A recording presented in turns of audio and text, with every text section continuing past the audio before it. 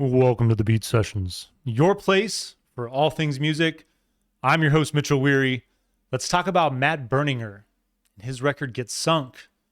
He released that on May 30th. This is the second solo outing for the National frontman and his follow-up to 2020's Serpentine Prison.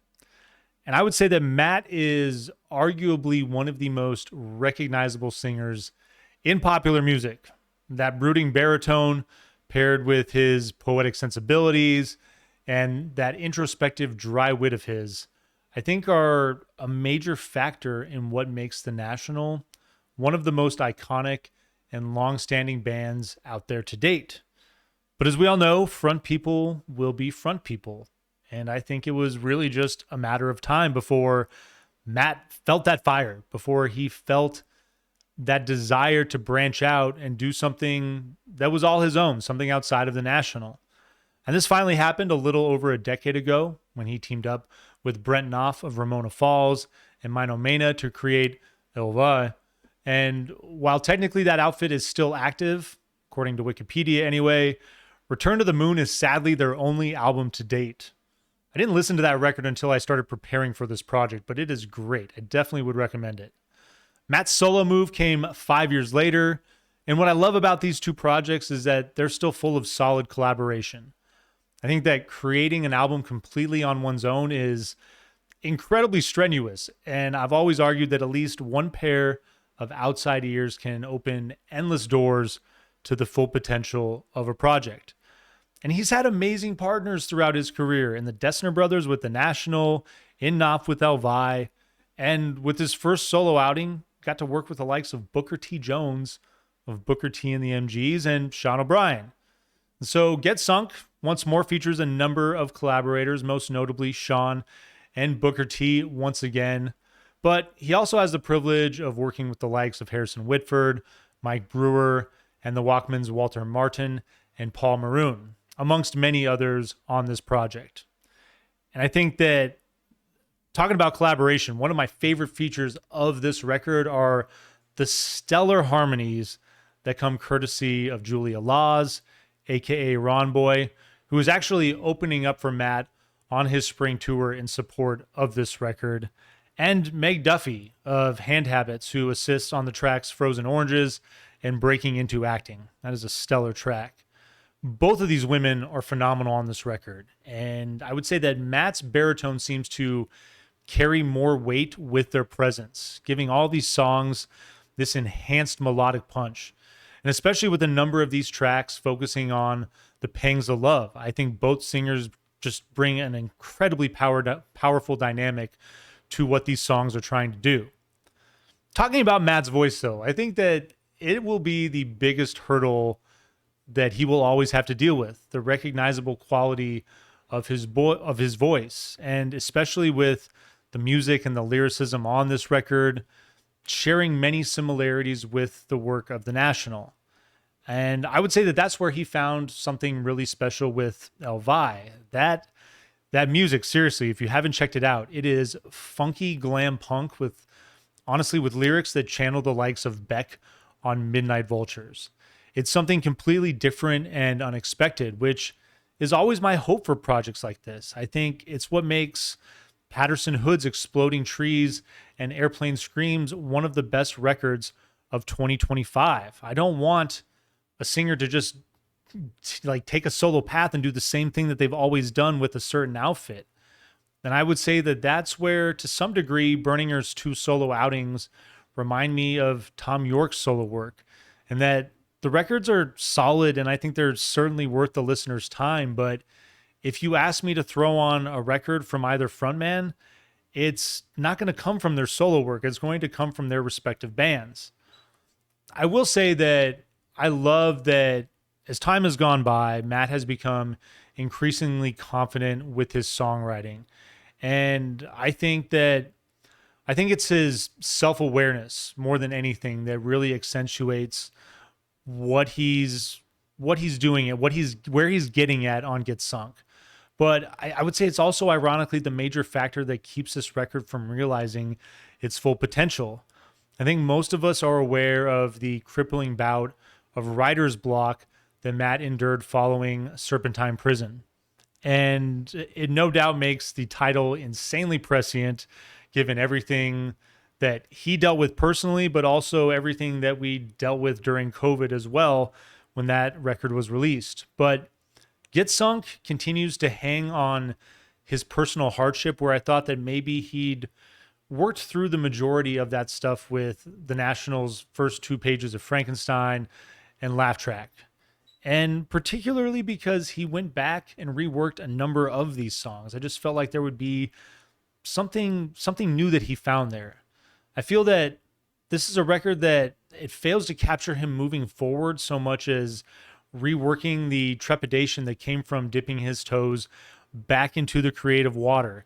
And while it still makes for good content, I feel like there's a missed opportunity here.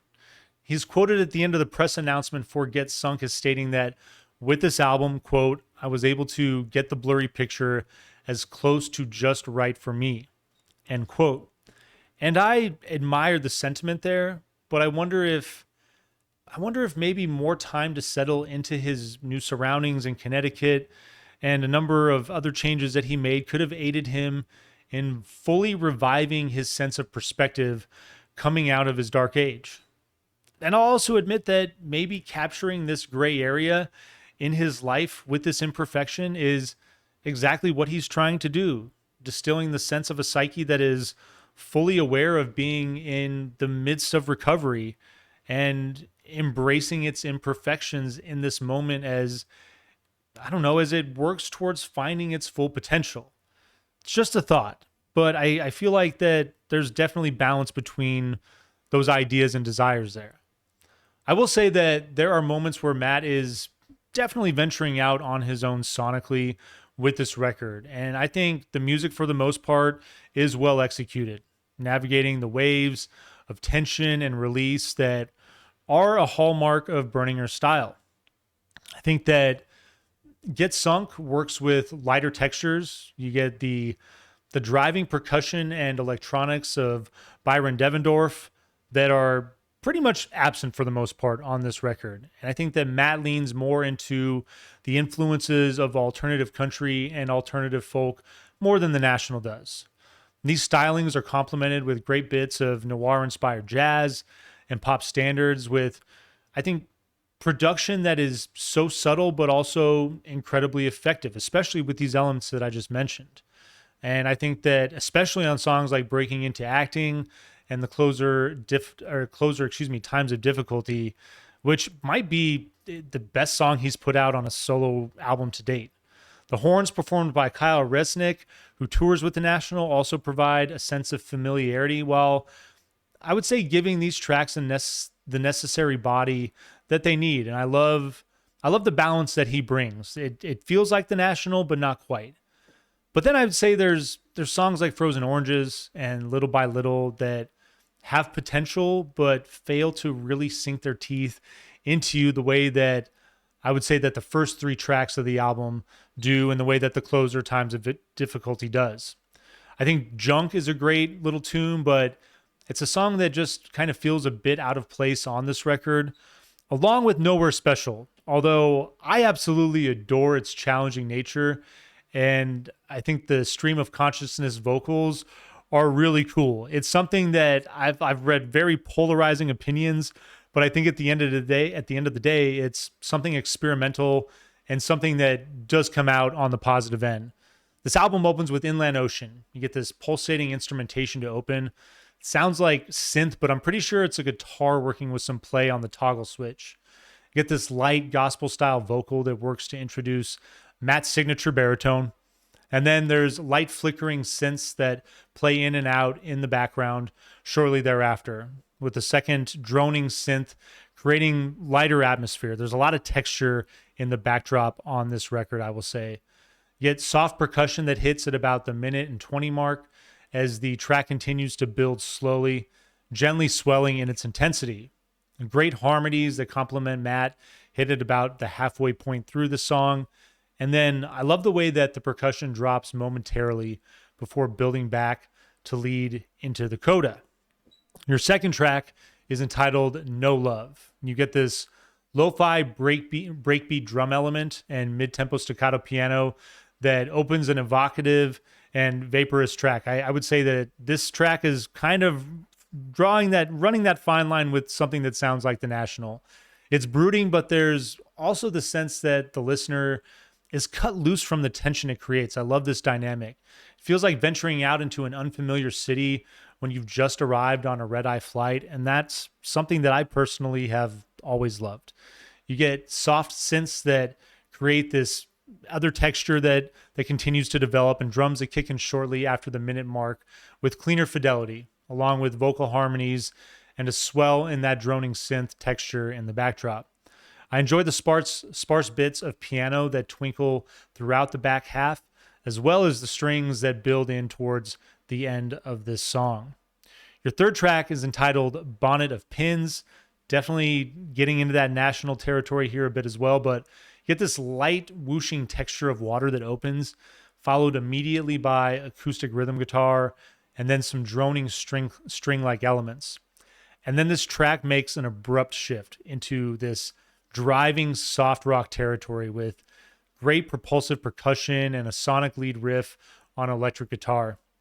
That lead riff drops with the vocal in the verse, and I really dig the drive of the bass with the acoustic rhythm as this thing begins to unfold. String textures build in as the track moves towards the chorus, and that lead riff returns with light production in the chorus, along with female vocal harmonization. There's a great combination of post-punk and new wave at play on this track that I just absolutely enjoy. I think it's definitely the most accessible track on this record. Coda leads out with great solo play and leads into your fourth song, Frozen Oranges. Got this soft fade in on a somber piano and a bass riff that gently just kind of tiptoes along. The drums work intermittently to open before finding their legs. And then Matt's voice explores lighter territory, relatively speaking, given what he does. But I love the way that lighter vocal element from him is complemented by gentle harmonies as well. Get a vibraphone and horn elements that play in on the backdrop before this track really kicks into gear around the halfway mark. There's a big ethereal build in the backdrop with Matt's vocals delivered in a rapid fire fashion. And at about the 3-minute mark, this track is going to shift into subdued terrain briefly before returning to that big wall of sound to close this thing out. Not my favorite song on the record, but also it's Matt. I would say that there's very little that he does wrong when it comes to an artistic standpoint. Breaking Into Acting is your fifth song featuring Hand Habits, who was on the previous track as well. Opens with this simple acoustic rhythm and vocal in an indie folk fashion. You get these synth elements that play like pedal steel that float like specters in the backdrop of this song. I love the way they just kind of sort of drift around.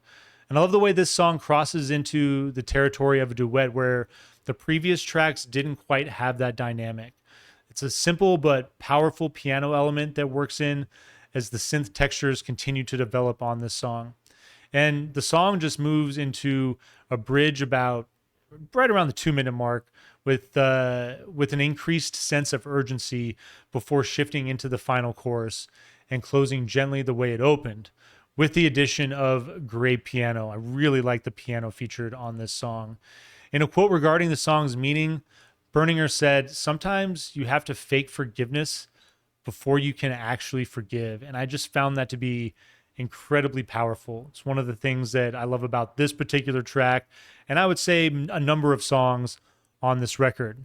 Your sixth song is entitled Nowhere Special. You get these breakbeat drums, light horns, and ambient guitar that open a track that features a recitative vocal from Matt that has a great flow. I really love what he's doing here. It's this stream of consciousness that I would argue functions to make the listener deliberately feel uncomfortable. I think this is him trying to frame one of those moments where it's almost kind of like a conversation you've had with someone that has just gone off the wheels. And I think the aesthetic of this track captures the discomfort that moments like that create. The song remains somewhat minimal and almost feels like Interpol meets Talking Heads a little bit, is what I would argue. There's a great line that he references, "Write it all on a baseball," and it alludes to how he climbed out of his writer's block. And it's this personal kind of writing that he seems to have more of a propensity for later in his career, and especially on this album. The second verse is much more lengthy, leading into the chorus element. It's going to feature a shorter third verse as well as a fourth that serves as an outro to this song. But the intensity of the track continues to rise through this movement, and I love the way that this thing finishes with this, just like, it's just this crashing crescendo seconds before the song ends. But that line about baseballs, he started writing lyrics on baseballs in the white, and I just, as a baseball fan, I absolutely love that little angle. Little by Little is your seventh track. You get this mid-tempo bass drum balanced with up-tempo cymbal and shaker elements. There's layers of acoustic guitar that work in to form an indie folk landscape that's complemented by steely slide elements. Matt delivers a slow-paced, reflective performance, which seems appropriate coming off of the last song, and drums develop momentum moving into the second verse. The second chorus finds the intensity of the track rising with vocal harmonies, and there's the line, "Little by little, I let you down," that to me is just absolutely heartbreaking. So the track, it continues to go big with variations of this line following the hook to close. Kind of seems to rest on this a bit too much, but I think overall, given the power of that line, it is still effective. Junk is your eighth track, features this light fade in on this rollicking bass line and layered arpeggiated acoustic guitar. The song embodies a lovely alternative folk feel. There's a bit of what sounds like an oboe that works in, along with other sparse string elements that build the fabric of this track. It's brief and effective in its nature, and as I said, it does kind of seem out of place on this album, but I do love its presence. I do really appreciate it. Silver Jeep is your ninth song, featuring Ron Boy. Opens with piano and gentle breakbeat percussion. Love the horns that work in shortly after on this one as well. The track works a big pop jazz standard feel as Matt's vocals relate a tale of betrayal. You get these soft droning textures that flown in the backdrop as Julia Laws adds perfect harmonies amidst the developing twinkle of the piano and the horns that work back in. Feels like, honestly, like this track reminded me a bit of what Chicago does. And I also love the way that Julia's vocals take control at certain points in this song. There's a shift where she's got the reins, and there's almost kind of this call and response lyrical element while the song readies for the coda, employing a back and forth between this element and harmonization. Great vocal dynamic on this track. And then your final song is entitled Times of Difficulty. As I said, maybe Matt's best solo song to date. You get simple drum roll that ushers in the likes of an indie alternative country track that begets this ruminative air. You get this simple acoustic guitar and drums that carry the verse with sparse elements of slide and haunting synths that float in and out. The mood is incredible. It's one of finding solace in lessons learned from heartbreak and mistakes, but I also love the way that like it picks up out of this kind of fog, and it takes a marvelous frenzied turn at around the 2-minute and 45-second mark, exploding into a gospel-inspired, organ-driven section before reverting back to its established mellow territory. Finishes with the refrain of the title with the gospel element as the music gently swells to finish this thing out.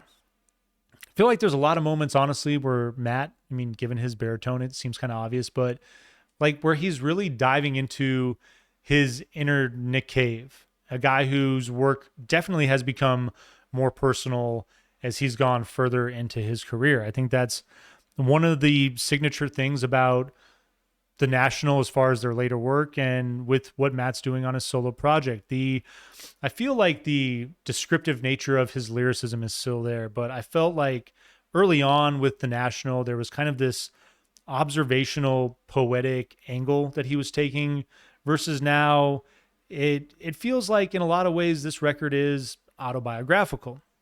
It's a great effort. I think that as I stated before, some of the things that he's got to overcome are people thinking that he's basically just riffing on the National. I think the average fan, if you threw on this and a record from the National, probably couldn't differentiate between the two.